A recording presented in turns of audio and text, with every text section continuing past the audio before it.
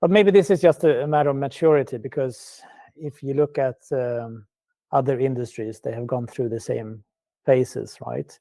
But if you compare with the e-commerce industry today, no one would start building their own checkout system and platform and shopping platform, right? You would just buy something off the shelf.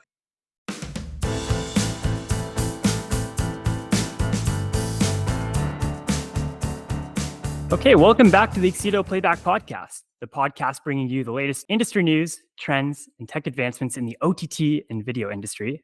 My name is Stanley Auger, and as always, I'm joined alongside my fellow co-host and colleague, Neil Van Zyl. And today's a special episode, so I'm going to cut right to the chase. We have our co-founders of Accedo in the room joining us today, both Michael Lantz and Fredrik Andersson. Thank you so much to both of you for joining us. We've been, dreaming of this episode for a while now. A lot of time, of course, going into this in the prep, so we do appreciate that. Before I say anything else, though, I'll let you guys introduce yourselves. So maybe, Michael, we can let yourself kick things off. Well, thank you so much, Stanley and Neil. It's a pleasure to be on this podcast. We obviously remember when you guys pitched the idea of the podcast, which we fully support. So we're excited to be on it for the first time, and maybe other occasions as well later on. I'm Michael. I'm the CEO and one of the co-founders of Accedo. So I've been with the company for now, closing in on 20 years. Yes, thanks for hosting us, guys. I'm Fredrik Andersson. I'm also co-founder. I'm currently the SVP products, heading up the Accedo One product within Accedo. That's fantastic. Thank you again, both, for joining us today. Really looking forward to today's episode. We're going to hit a whole bunch of questions. I think we're going to start from the very beginning. Of course, the beginnings of where Accedo started. And then we're going to, of course, arrive towards some of those questions related more towards the industry, OTT, and video, and sort of where things are today in the business. Let's start really at the top. How did the two of you meet? We actually met we worked together in a former company. So Fredrik interviewed me. Yes. No kidding. Wow. But that was a long time ago. That was a management consulting company. We're doing lots of work for telcos and operators and media companies. And I guess we've found a similar interest in media and telecom, which was a hot area at the time with all the interactivity that was coming along and lots of uncertainty and opportunities. So we actually met 1999. So when I was interviewing for this management consultancy, which Fredrik was a co-founder of, and for those of you who weren't part of the industry back then, it was a crazy time with plenty of activity, and obviously at the time, one of the reasons why we did found Accedo was the emergence of the broadband internet. And nowadays, it's obviously completely standard. Everyone has a broadband internet, and you may not know anything else. But back then, you still have dial-up internet. And Sweden, where we started the company, was one of the pioneers in broadband internet, driven by government subsidies and startups building on that technology. So it was a good sort of initial stomping ground for us to try out ideas, both as management consultants and later on as entrepreneurs in the tech ecosystem. Awesome. Thank you. So this is definitely not your first collaboration. You have been working together for quite a few years already then. Yes, when we started Accedo, we had done quite a few work together. That's true. So how were the first few years of Accedo? Yeah, so I remember when we did our first business plan. So of course, being sort of former management consultants, we started out producing a 50-page document before we started to do anything. Completely the wrong way to go about starting a company, but that's what we did. But it was worse. We actually did multiple. Right. Yeah, exactly. Because we weren't sure about exactly what the company would do. So we did multiple business plans. but that's what we enjoy. But anyway, when we started, we obviously had a bit of a naive picture of running a company. So we assumed that we would raise money. We'd do a prototype, raise money within 6 months or so, and then the sky was the limit. And in practice, it took about 2 years before we could raise seed money, and about 3 years before we raised our sort of real VC money. So it took a long time, and those first 3 years was, of course, sweat equity, if you put it like that. No salary, a lot of consulting work to fund the development of the first product prototype, which was actually doing something completely different to what we do today, but was still sort of something in the TV space, what we started out with.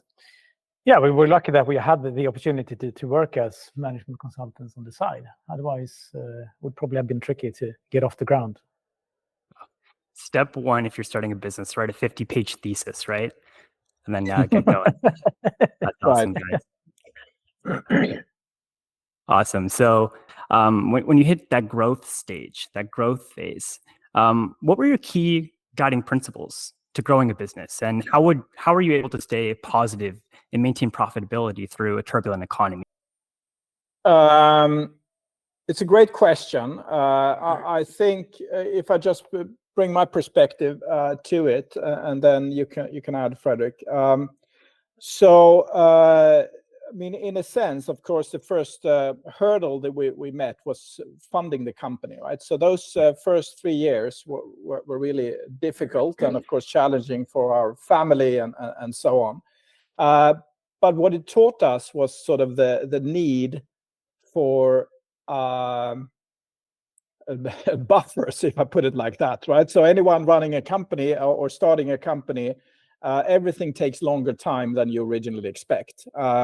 And without those sort of buffers in the business plan, buffers in the cash flow plan, we wouldn't have made it this far, for sure. When you negotiate with companies funding your own company, of course, it will take longer time, and they know that they can negotiate with you as well during those difficult days. So I think that's what I've learned, to make sure that you have those cash flow buffers to manage the company in a good way. We had the second tricky situation was post the global financial crisis. We were supposed to raise money in Q4 of 2008, which was a complete disaster. We had good progress, and then we had the Lehman Brothers hit in September, I believe, and then we have all the other challenges.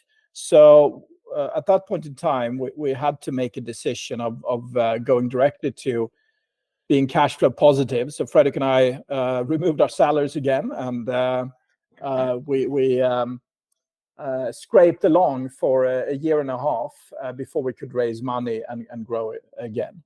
So I think those were important lessons at the start of the company, those first 5 years, and then the explosive growth happened afterwards. But we can take that in a couple of minutes. What are your memories from that time? Yeah, maybe for the audience. I mean, we are not for good and bad, the typical stereotype of the entrepreneur, maybe, because we're a bit more risk averse due to our background. So that's has probably played as well in this sense.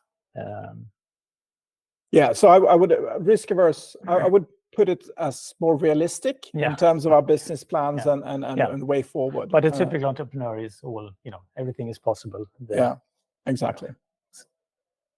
So what I think, if we're going into that sort of era of explosive growth, so fundamentally, the analysis we did in that 50-page business plan document that we did already in 2004 was correct. It's just that we were a bit naive about the timing.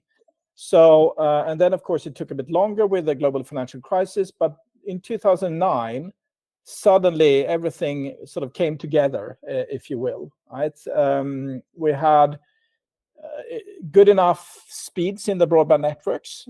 Devices were suddenly available with Android and iPhones and the smart TVs and so on.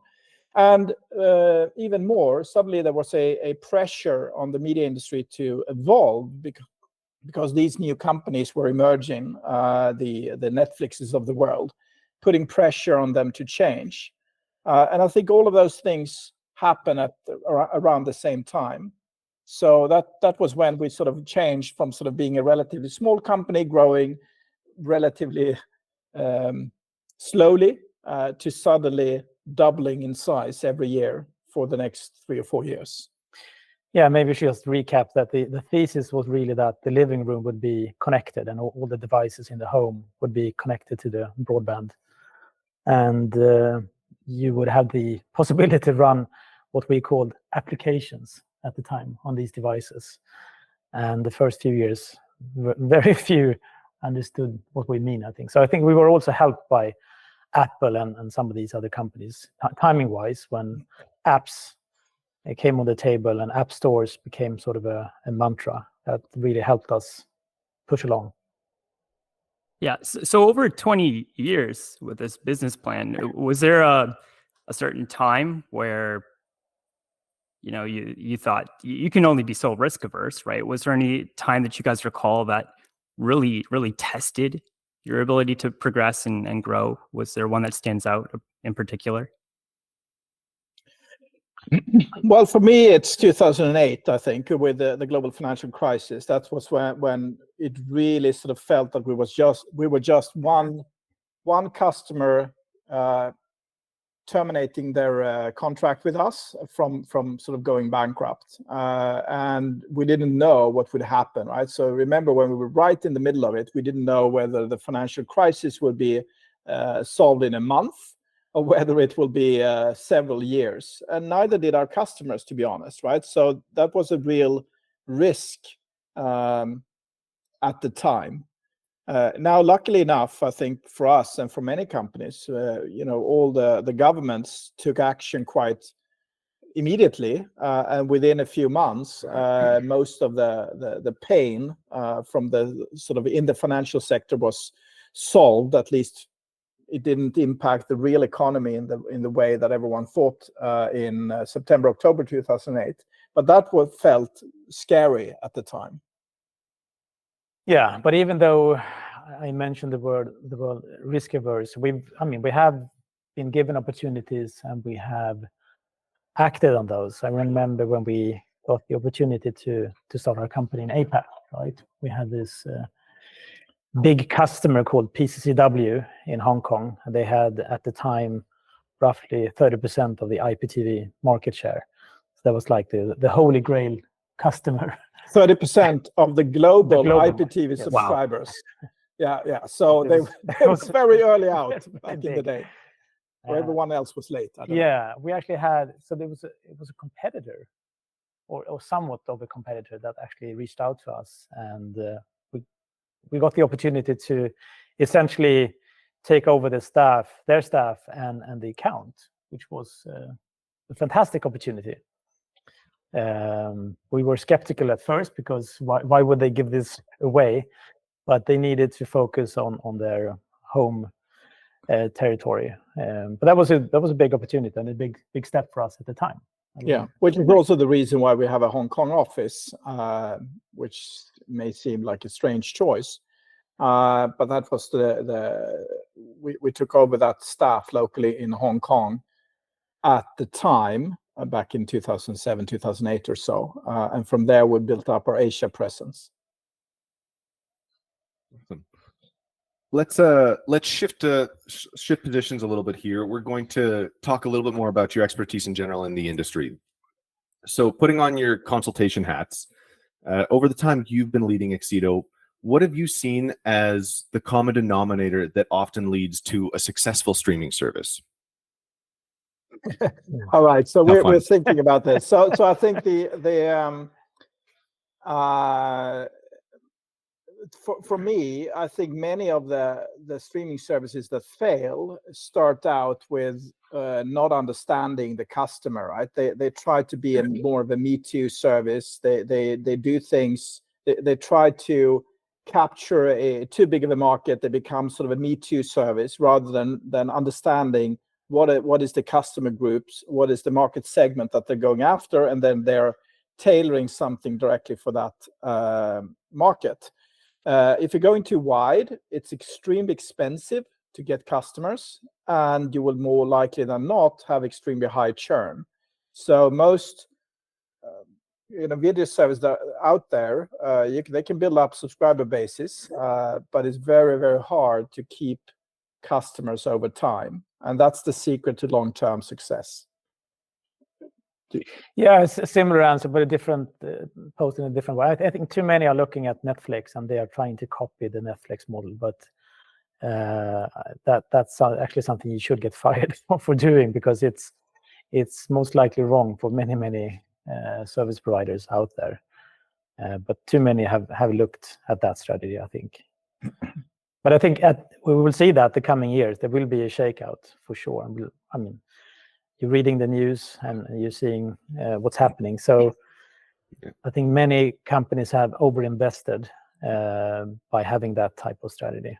Yeah, and I would actually be, if Netflix would launch today, even Netflix would fail with being Netflix, because they were successful because they captured the early adopter market. They had the first mover advantage, and they could build up the global brand name and the reputation in a way that would be impossible to do today when the market is much more saturated. So now you need to be much more clever about it than what Netflix needed to do back 10 years ago, when they had their very rapid growth, when they started with their original productions, and they could more cost efficiently roll out internationally. Remember, before, I think it was 2013 when they launched House of Cards and a few other shows. But before that, they had primarily licensed shows, which meant that it was very difficult for them to roll out internationally, because they needed to license content in every territory.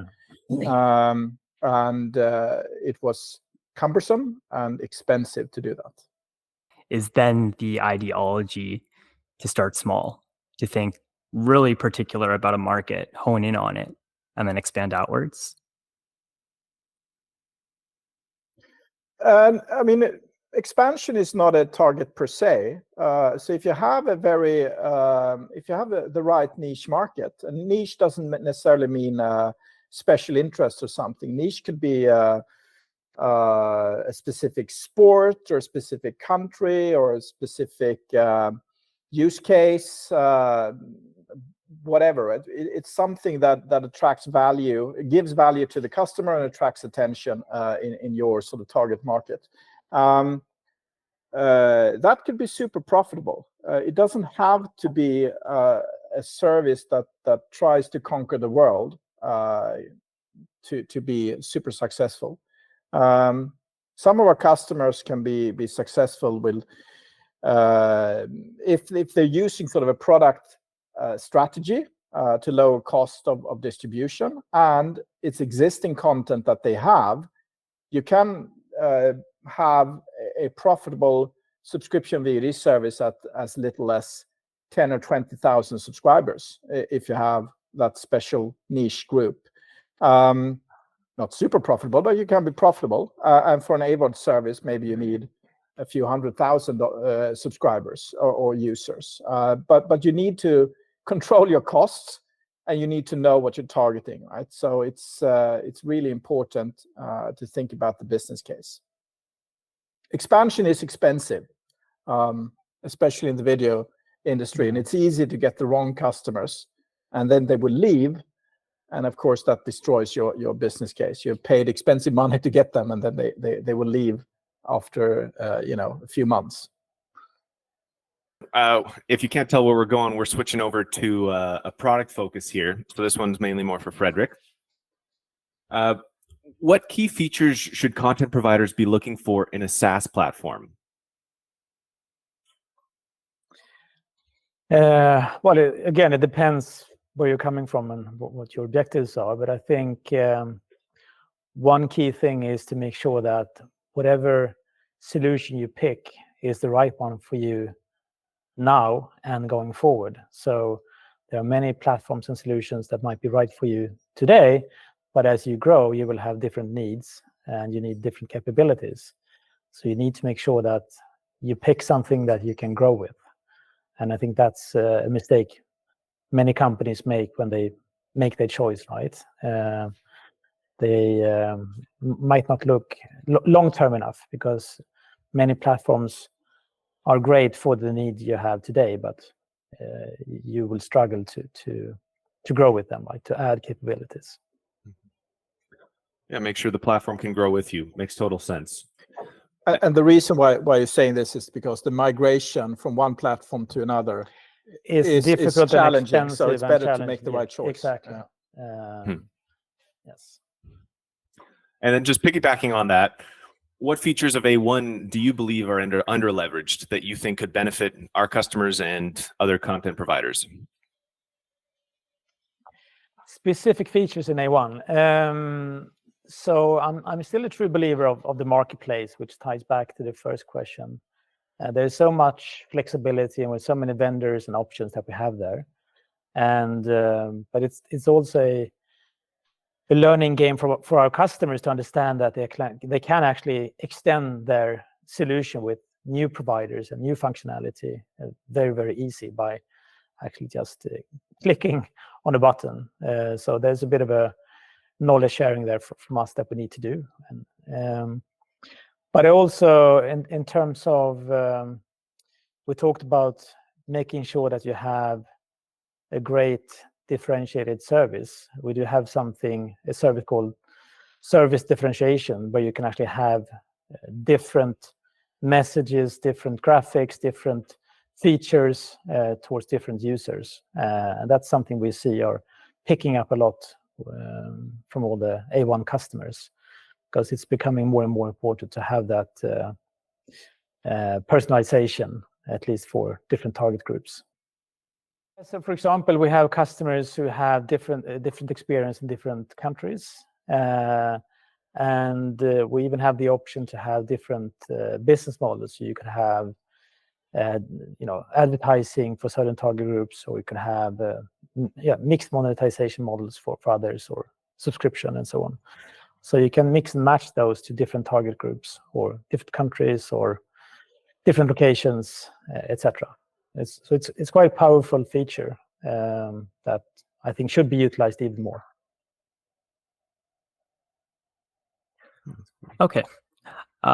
This is a rather broad question, but I'll leave it open to interpretation. But what do you think are the biggest challenges facing the industry today? I'll start with one, and you can take over from there. So it's clear, I think, for all listening to this podcast, that the industry is not in a great shape at the moment. And the reason for that, and this is of course tied to the macroeconomic challenges we have, which means that consumers are spending less, which means that many of the larger media companies and operators are struggling to gain subscribers, and their whole business model has been built on sort of growth, which suddenly means that they need to cut costs. And of course, if they're cutting costs, the vendor ecosystem will suffer as well. So it all sort of goes around. But I think one of the reasons why we have those challenges is that there have been unrealistic expectations for how quickly consumers change their behavior. Any sort of consumer industry, when there is a migration from sort of one type of experience, one technology to another technology, it goes relatively quickly. The first sort of 10 or 50% of the audience, and then the rest of the population, the late mass market and the laggards, take a long time before they change their behavior. Sometimes it's even, from a consumer perspective, that certain people have to die off, right? The older people have to die off, and new generations will pop up, right? So it will take a long time to transition from the sort of older style of watching TV and subscribing to multi-channel television to sort of going to completely an OTT world. But of course, it will happen. So there will continue to be growth in the industry. but it may not, the consumer-facing industry, it may not be 20 to 30% growth year over year, but maybe more like 5 to 10% growth year over year, which of course in a 10, 20 year perspective, that's not a bad growth. But for now, it feels for many of these providers, video service providers, it feels like hitting a wall, I think, from the post-COVID expansion that we've seen of the industry. So I think it's about sort of right-sizing your expectations and maybe right-sizing the way you're addressing the market. I think many people have many companies have invested way too much in an internal team trying to invent the wheel again and trying to emulate the Netflix model of having hundreds of engineers in the basement doing all of this, whereas they should have bought standard components on the market or using sort of a managed service model where they can find a vendor who can do this much more cost efficiently. That's my view of the current challenges. Yeah, I have a similar view. Maybe just a continuation of that is, but maybe this is just a matter of maturity, because if you look at other industries, they have gone through the same phases, right? But if you compare with the e-commerce industry today, no one would start building their own checkout system and platform and shopping platform, right? You would just buy something off the shelf. But at the same time, in our industry, we have the last few years with thousands of companies that have done exactly that's what Michael mentioned. And of course, this will be the right play for many of the larger ones, but the medium and small companies, it's clearly can't be the right choice.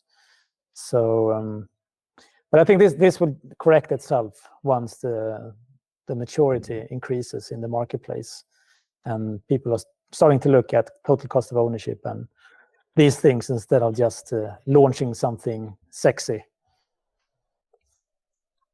Yeah, I mean, we've seen that it does take some time. I think linear only just recently dipped below 50% of viewing share. So there's still some time there. And the same thing, right? Wall Street has adjusted its focus. Rather than focusing on subscribers, it's now looking for profitability from all of these providers. So it's interesting to see how focuses have changed in a quick amount of time. And I just want to ask sort of a follow-up question there to Michael and Fredrik. You speak about macroeconomic conditions, and I'm assuming we're alluding to, post-COVID. Is this impacting different markets in different ways? I mean, surely it is, but can you speak a little bit to, how that might be different in Asia Pacific, North America, and Europe and Latin America, if there's any difference at all? We can. So interestingly enough, the current macroeconomic challenges are more or less global in nature. There are some exceptions, but the vast majority of at least the developed world is suffering the same challenges to some extent. It's a very interesting. I'm no macroeconomic expert, but it's an interesting crisis with high inflation and sort of almost a stagflation with sort of dropping GDP numbers. But at the same time, we haven't seen any major impact on the job markets. Of course, there's slightly more layoffs now than there were a year ago, but it's still not material in the grand scheme of things. So it's a very unusual recession, if you will. But despite this, what happens if you have a falling real salaries, salary increases are lower than inflation, is that people will need to spend less. And if they spend less, they will obviously spend less on their media subscriptions as well.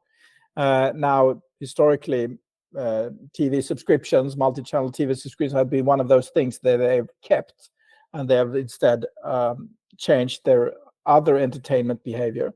But still, there will be an impact for sure. At least there will be fewer new subscribers, less growth. But the main impact, the market, not geographic market, but the market that has the biggest impact is advertising. So in any recession, what happens when product companies struggle to sell more and you have less activity in the overall economy, is that you reduce the spending on advertising. And I think this impacts media companies quite significantly. Advertising still makes this industry go round at the end of the day. And in some markets, TV advertising have declined with 10-15% year over year. And that has a material impact on our customers and the industry as a whole. Now, that will, of course, change as soon as the macroeconomic conditions change. Advertising will roar back. So I have no long-term doubts, but short-term, that would certainly put pressure on our customers to change. Well said. All right, let's jump over to something coming up in the industry. What makes IBC so important and essential for the OTT and streaming industries at large? Oh, I mean, this has How been many the IBCs have you been at? Yeah, many. I think it's 25? 24. Yeah, I'm ashamed. But it's been one of those get-together things, right? I mean, it's especially now after COVID. I think there is this pent-up demand of actually meeting and greeting people, and there's a lot of industry gossip. And normally, when you fly home from IBC, you have a good sense of where the industry is heading, who is in trouble, who has, are making good progress, and so forth, and if there are any newcomers. So it's a very effective way of getting up to speed, I'd say. Yeah, I would agree with you. I think nowadays, neither I or Fredrik need to be there, to be honest. We have, we don't need to meet customers. We have a fantastic sales team. We don't need to demo our products. We have a great team for that. The marketing team is running the show, booking all the meetings. So it's so professional these days. Exactly. Yeah, so we did all of this back in the day. Wasn't as good. We have photos to show you, and it didn't look very good. But anyway, so all of that is handled. So I think from our perspective, it's about getting that feeling for how the industry is evolving, not necessarily on sort of just the product technology, because it's so hard to get a feeling for if something is real by seeing demos at a trade show, but just understanding who's partnering with whom, which new companies are popping up, who's acquiring who, and the sort of general sentiment. And you do that by just talking to people, trying to understand sort of the gossip in Hall 5. Hall 5 is our hall. And finding out from sort of friends and partners, what they think about the current trends in the market. I think that's the big value, and I think that will influence how we see our business plan, our strategy, our view on the market development. And I think that collective feeling of the market is so important for us, especially now when we're a bit of an inflection point. Everyone is wondering when is this recession over? When will customers change their behavior and go into sort of a more of an investment mode again? We wish you a safe trip, and Fredrik, a fantastic 24-year anniversary at IBC. That'll be super fun. Yes. Moving on to the next question. From the work that Accedo has been doing to lead the change in making the streaming industry more sustainable, what is your recommended first step towards sustainability for existing and upcoming streaming providers?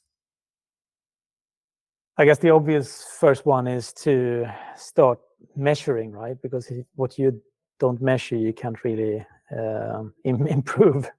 That's been the first big step for us, to start measuring and make a commitment. Then you can start working towards that goal. Yeah, I think there is also a big difference depending on what you do in the industry, right? So the vendor ecosystem is one thing, but you have the customers as well. I mean, they actually have an outsized responsibility, I would say, because the media companies can influence consumers in a way that is positive for the entire world. And some do. Some produce content which is sort of show diversity or put a spotlight on climate change or any other important issues. And some do less of that. And I think it is, of course, important that we all take it seriously. And I think that's the important part, I think, at Accedo. We take it seriously. We're all human beings.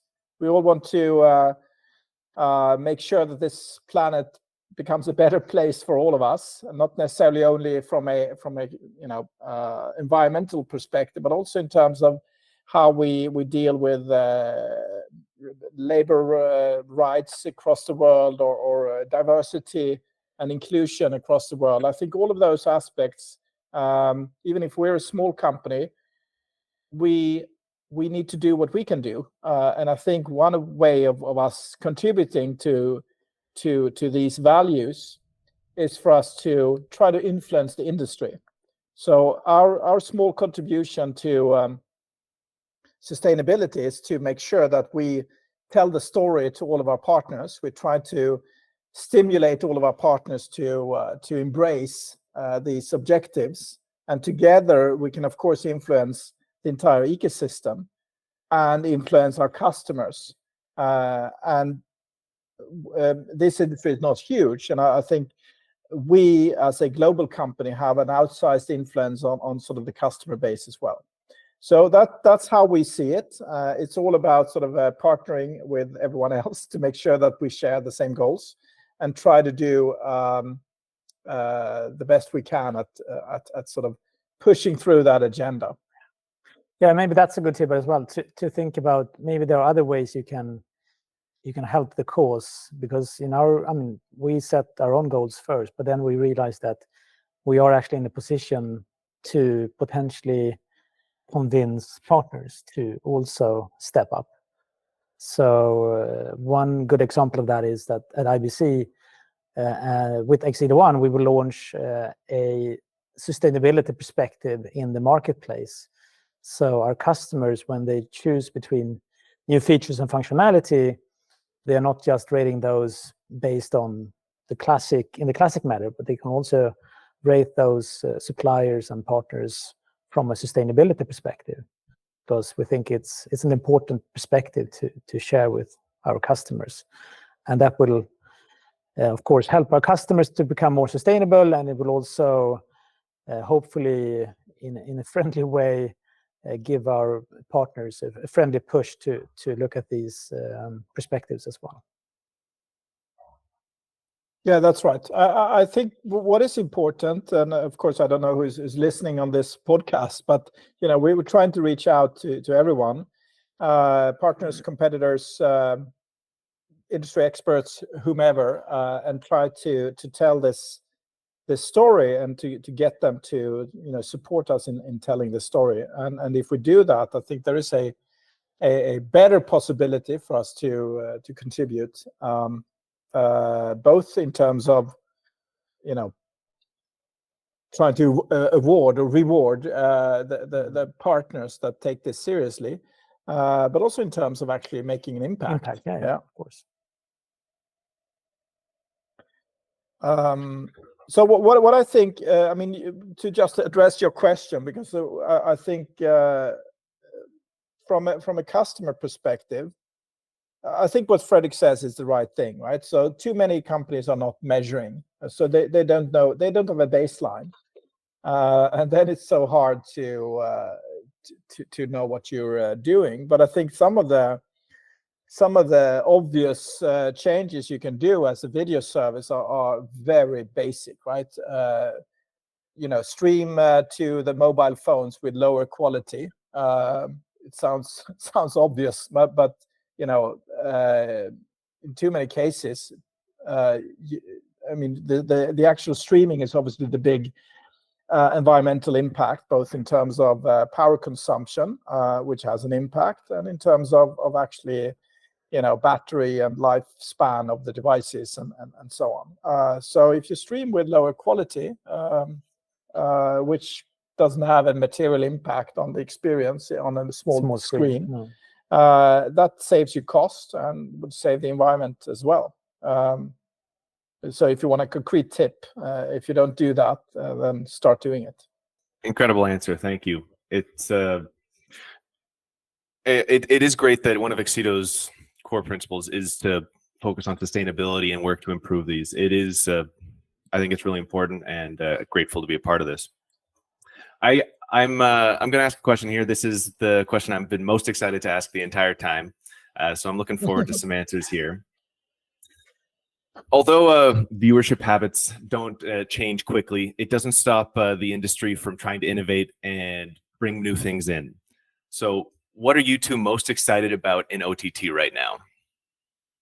Let me rephrase the question, and then I'll answer it, and then I'll give it to Fredrik to answer about more exciting stuff. So what I see as what I'm excited about, why I like what I'm doing in this industry, is the dynamic aspects of this industry. Things change all the time, and I think that even if we can complain about both our customers, the video service providers, and the vendors, everyone is sort of adapting to things, and they're not afraid of trying new things. And I think this is of course super important to try to capture what is the media consumer 10 years from now. And let's be honest, no one knows, right? We have no idea how the media consumer will behave 10 years from now. But what we can safely say is that media consumption will change in some way, shape, or form. And I'm personally quite excited about the possibility. So I have two things I'm excited about in a 10-year perspective. So it's not right now. That's why I said rephrasing the question. So in a 10-year perspective, I'm going to talk about sort of extended reality, which I'm very excited about. So obviously it's still early days, still clunky devices, and you have challenging interactions and so on. But it's also clear that the speed of innovation over the past 5 years, in terms of reduction in size of the headsets, computing speeds, production equipment, and so on, it's been very rapid. So when I look back at sort of when we started Accedo 2004 and the 5 years until the market really took off 2009, I think we're at the same situation now. So in a 5-year period from now, I'm convinced that the consumer experience, it's not like back in 2004, you could still watch video over internet. It just was pretty horrible. Just as you can still sort of consume XR applications, but it's not good enough for the mass market. I think in a 5-year perspective, the technology will have matured to make it sort of a dazzling experience for the consumer. Not next year, not in 2 years, but in a 5-year perspective, we will be there. Then it's more about market penetration from there on. So that's one of the two things I'm excited about. So Fredrik, what's I've been thinking. So I think actually maybe it's not one feature, but I'm quite excited about AI and see all the different ways that the companies in the industry will use this and how that will benefit the consumer in the end. So I think we will see a lot more personalization and flexibility when it comes to video services by using AI.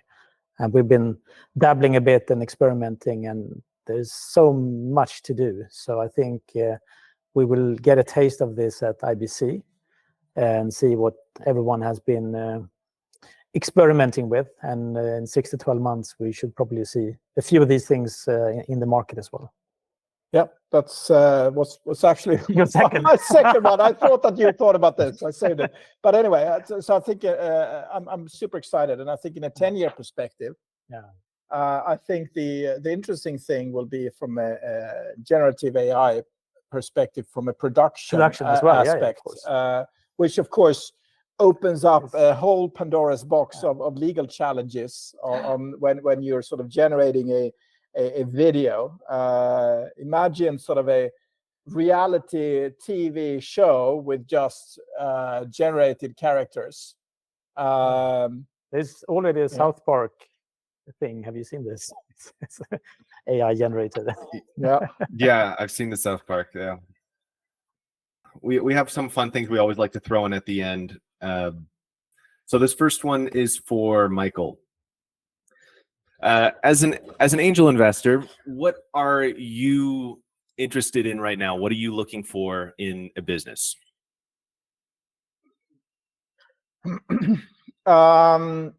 So when I do angel investments, I only want to do that when I sort of understand the underlying business. It goes without saying. So I think what I understand is business to business software and services, and with a global ambition. I think that those are the important aspects. So what we've learned over the years with Accedo is to scale a company globally. And I think what I'm interested in is companies which are right at the inflection point of sort of taking the step with a sort of a proven product, a few customers, but taking the step to go international. And for sort of North American listeners, go international is so much more obvious if you're based in Sweden, where there is virtually no home market, compared to sort of a North American context where the home market could satisfy growth for the coming 5 or 10 years. So that's what I'm looking for: B2B software companies with a global aspirations and potential. Awesome. And I have a question here for Fredrik. Fredrik, Michael Chan and I had a conversation. He said that he was out in Sweden, I believe it was, at a conference of some sort, and you and him were chatting, and it sounds like you ran a half marathon just before your 9 a.m. meeting. He was quite impressed with that. We have a lot of runners here. I'm doing the Toronto Marathon. We're actually quite inspired by your story. The half marathons before the workday even starts. I'm curious to know about your work routine, coupled with your running routine and your aspirations for running. What does running currently look like for you today? Wow.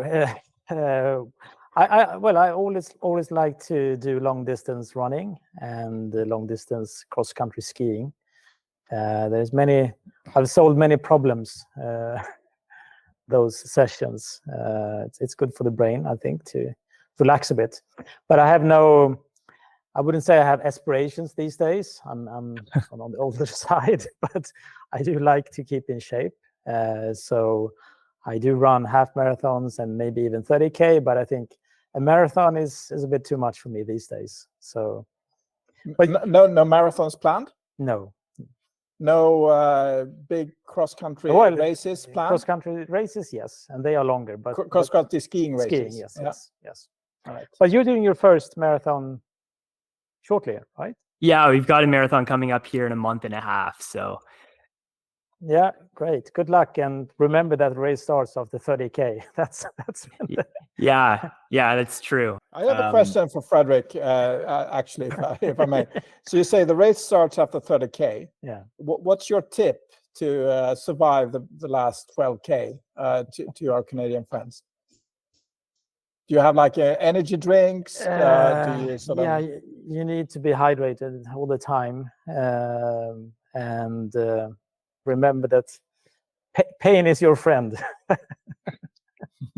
Yeah, no pain, no gain. We've definitely felt that over the past couple of weeks here. So, last question before we go. Could you give a milestone or a success story from Accedo that you are most proud of?